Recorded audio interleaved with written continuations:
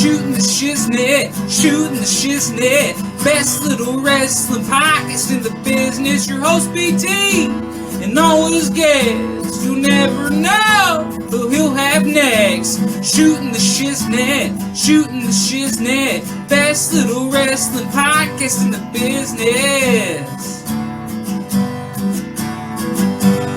Shooting the shiznit.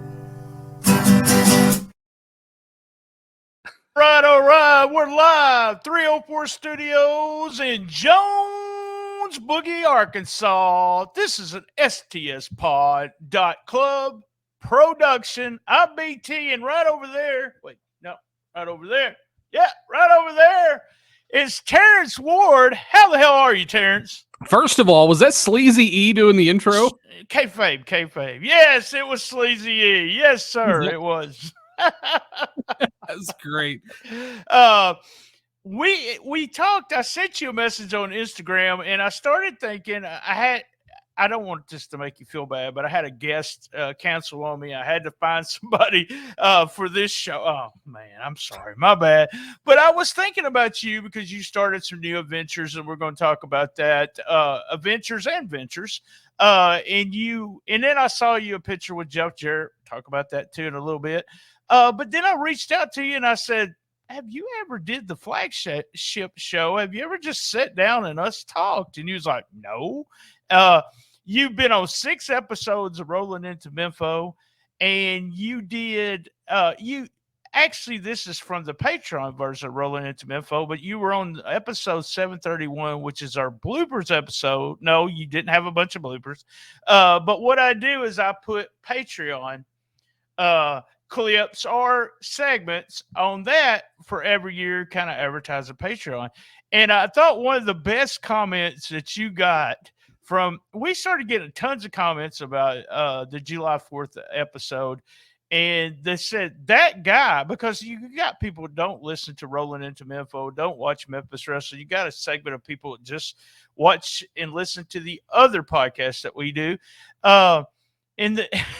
He said, that guy knows what he's talking about.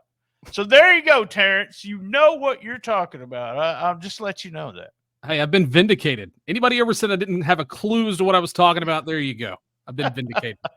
Real quick business to take care of this coming Saturday, Rolling Into Memphis, episode 140. Can you believe it? 140. And Monday is our last Rocktober. I want a Rocktober episode of Rocktober. Lance and I sat down the record store. I do my top 10 albums of all time, and he does his top 10 albums of all time. Fun episode. Now let's get started. First, since this is all about me, Terrence, and not about you, I told that to Matthew Williams when I had it. When was the first time that we met? Because I don't remember anything like that. 2007 or 2000, actually 2000. Oh God, you even know the date. No, I do know the year. Yeah, it was 2009 or 2010. And I say that because I remember it because Chris Stryker, who was a wrestler at the time, he's a teacher now, but no kin to Matt Stryker, although they do look alike.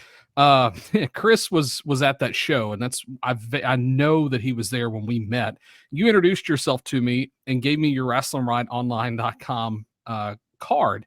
And that's how I found out about your wrestling website, is you were just there at the show. You were marketing, handing out business cards, and introducing yourself to everybody. And that is the first time in memory that I can recall. What show was that? It was in Tuckerman, Arkansas. Oh, okay, all right. The All-Star Wrestling Federation. All right. That's awesome because, I did that with the website, and I've done it a little bit with the podcast, but it was grassroots. It was going to the arena. We ended up doing books once a year, and I would go give out that business card, and that's how I got listeners. So let's start with you then. We've never talked about this, so we've known each other for years. And there's things I don't really even know about you. And I'd like to ask everybody this. How did you first start being a wrestling fan? Oh, God. Do we have a couple of hours? Yeah, let's go. Now, wait. This is the best little wrestling podcast. No, we don't have a couple of hours. So. So to make it brief, my late grandfather on my mom's side, he owned a VHS tape of Slamboree '95. It was their Hall of Fame show, the last WCW I think the first and only WCW Oh, Hall of wow. Fame show. It was when Dusty Rhodes was inducted, Gordon Soley was inducted, and some others. And that was what kind of introduced me to the world of wrestling that I remember. Now, I had some uncles and I have some cousins who have wrestled and one that still does on the independent scene. But that's as far back as I can remember. And I remember watching it and not realizing the entertainment that wrestling is and just being emotional. And I never will forget, it was Macho Man Randy Savage. It was Ric Flair in the main event. And I remember that Ric Flair put Macho Man's dad in a figure 4 leg lock in the middle of the ring. And I was in tears because here I am as this kid watching Randy's dad be beat up by Ric Flair. And I'm picturing that's my grandpa in the ring. Why would he do that? And of course, my grandpa, and I imagine he was probably chuckling, a little bit. Right. He had a good time with that, didn't he? Yeah. So that is really kind of what sparked the fire. And then watching WCW every Monday until I got introduced to WWF at the time. And it was like, I'm missing out on some stuff. And around 98, 99, I think it was 98, I switched over completely from WCW. Oh, wow. You only flip over to watch WCW during the commercial breaks just to I was one of those channel hoppers on Monday night. Right.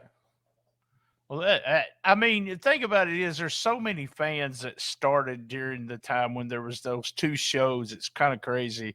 And with you, Angelo Poffo, by the way, Randy Savage's dad, who was a worker who wrestled for years. He didn't get hurt. I hate to tell you that, but he didn't. Oh, thank God. I'm sorry. But being a fan, you said you switched over. Were you there jumping at getting the wrestling magazines? Were you then going to the internet trying to find all the information you could? So I didn't. So my family really never paid for anything that was wrestling merchandise, with the exception of like the action figures and the wrestling ring. I remember getting those when I was a kid. But like the magazines, it was like we didn't have that kind of disposable income, growing up. I'm not saying we were poor by any means, but we were a true middle class. Oh, we were poor. I know what you mean. Yeah. So we had cable, extended cable, but we didn't have satellite. That just was not happening. But no, we whenever mom would go to the grocery store, she would obviously take me with her, and because dad was either doing something or he was working and hadn't got off work yet. And I would go to the magazine aisle and I would find WWF magazine and I would read that and look through it, or Pro Wrestling Illustrated. I do remember that, reading through those, and I will never forget when my illusions were shattered when they revealed whose Kane's true identity was, and I was in disbelief, shock, and just utter devastated to find out that Mayor Glenn Jacobs was Kane. I thought I was betrayed. That's crazy. I never went to an actual WWE or WCW show. I went to a few independent shows, so I was familiar with the independent level to some extent because of family that wrestled. But we just never could afford to go to a WWE show. The first house show I ever went to was in 2000. I think it was 2008 or 2009 was the first WWE live event, as they call them now. Awesome. I'm thinking about this. You're talking about, he told you the real name. I think that was one of the first things when I was, and that's what I'm getting to, when I was smartened up, one of the things that I thought was the biggest deal was the real names of wrestlers. And then after being in the business as long as I was, I really found out we don't really call them by their real names. Most of the time you call them by their work name backstage. That's what you know them as. And I remember calling a wrestler by his shoot name during a match because I thought he was hurt. And he was like, whoa, don't call me that. Don't call me that. But when did you start, notice, or when were you smartened up or noticing, it wasn't really on the up and up? I think it wasn't a revelation per se. I think just as I grew older and started, I don't want to say maturing, but, as I got older, I kind of, I don't want to say figured it out, but just didn't think about it being, real or choreographed. I hate the term fake, but or predetermined. I just never really Yeah, thought that's about the it. best way to put I it. knew Yeah. it was pro wrestling, and it was no different than any other TV show or action thriller that we would watch, and that's just the way that I looked at it, and never really kind of questioned the is it real or is it not conversation. Did you ever, were you known as the wrestling fan at school and stuff? And did they ever make fun of you because you liked wrestling and it was fake kind of No, thing? I was very private, and I still Oh, am to an okay. extent today. So it's like it was. I think I did occasionally wear a wrestling T-shirt. If I remember correctly, I either had a Stone Cold Steve Austin shirt or a Kane shirt, and it was only because Walmart had it, and Right. Yeah. that is Yeah. why I had it and wore it until the literally the vinyl had just come apart. Yeah. What did you decide? Because you announcer, you ring announcer, you're doing play by play now for Memphis Wrestling, and you've done it before. What point? I mean, me growing up, I've got to say, I wanted to be a wrestler. I mean, I talk about on the playground, we didn't do superheroes or anything like that. It was like we're going to fight as Jerry Lawler and Bill Dundee. I mean, that kind of was what we would do on the playground. I wanted to be a wrestler, but when I actually did train a little bit and watch myself, I could tell I was really, really, really bad. So I did not do that. I decided and I had somebody tell me, there's always something you can do. Ended up doing managing, but you can set up the ring, you can do anything. Me and Dustin's talked about this. When did you want to become a wrestler, or is this are you just, this sounds bad when I'm saying this, and it's not meant to be bad because I'm the same way. It's not like you settled to be an announcer. I settled to be a manager, or I settled. This is what I do. I don't want to wrestle kind of thing. Yeah. So I know that there was a couple of times, I can't tell you what year it was, but I remember in the living room watching, I believe it was St. Valentine's Day Massacre, and, imitating Howard Finkel as he's doing the ring introductions. I believe it Oh was wow. Finkel. And, listening to Jim Ross, listening to Jerry the King Lawler, even, Tony Schiavone when he was, in WCW, those three guys sounded a lot like me. Couldn't tell that they had a Southern accent, and Tony hides this very well.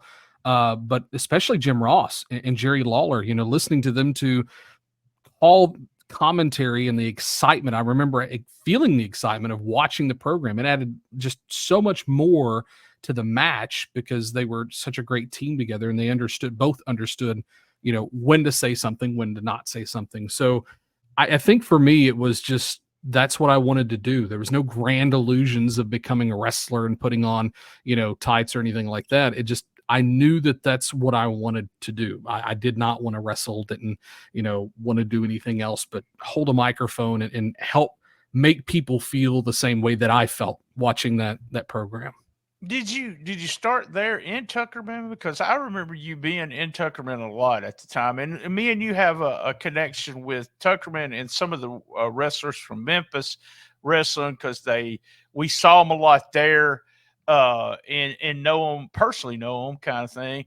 Was that where you started, and who was you working for then when you got started? So in 2006, I started with the ASWF as they're known. They were on the road. It was Aaron Polston, who Oh yeah. passed away this year, had held a benefit show for a classmate of my wife and I. She had passed away along with her infant son, or year-old son. I believe he was a year old at that time. And our other classmate, Ashley Jones, had her uncle was Aaron. So she had, I guess, talked to him, and I guess through her mom who had worked at the school, as an employee at the school, they just kind of worked together to put on this benefit show to raise money for Erica's family for expenses. Losing a child, it's tough, not just physically but financially too, because it's unexpected. So they put on this benefit show in Walnut Ridge there at the National Guard Armory, and I just was like, "Hey, is there anything I can do to help? I whatever you need." And I guess Aaron had somebody call out and wasn't able to work the camera, which, you laugh because, at an indie show, it doesn't matter, benefit or not, you're gonna have somebody call out. So Aaron's like, "Can you work a camera?" Absolutely. Didn't have a clue what I was doing, but I said, absolutely. So puts me on the camera, and it was the Battle of the Sexes match, and I think you were there, Brian. I was there. PT. I was there. Were Yes, you doing? I talked about this with Austin Lane. I was the one that announced. Okay. Yes, I do remember. Okay, so I remember somebody there that was wearing glasses and a hat, but I did not know if that was you. I didn't want to say it was you. So we have met long before then. But I was working camera for that, and it was. Oh, that's funny. Oh, that's that is funny. great. And there's a clip out there somewhere of I think both of us in that match. You doing some PA commentary, me on the ring ropes trying not to get knocked down. Well, I remember stepping backstage after I did my bit, and Brandon's like, Brandon Baxter gave me a big hug and said, "You saved that." Because what happened was Booger is a DJ. He's supposed to be a babyface. Nikki Lane's supposed to be a heel. And so I'm putting my hand over their heads so that we get the crowd to clap. Everybody hated Booger and loved Nikki. So there was one lady right in front of me that was screaming every time that I called Booger's name. And so I said, "It sounds like a tie," and it wasn't a tie at all. And I said, "This lady right here, she gets to decide." And she said, "Booger." And so there we go. So, man, I'd love to see that. That was fun. And it was one of those things where, I don't always think on my feet kind of thing, but I really had to do it that night. And it was like, okay, Booger's a baby face now. But Nikki she was so over there. And it's always been Austin and Nikki in this area being over. So that will be a really good question. Let's talk about Austin, Nikki, and the wrestlers in this area and a few other things. Let's take a quick commercial break. And when we come back, I also want to ask you, you worked on the Rival website. Remember the Rival website? I think I got a text message. Let me answer that. We'll be right back after these messages.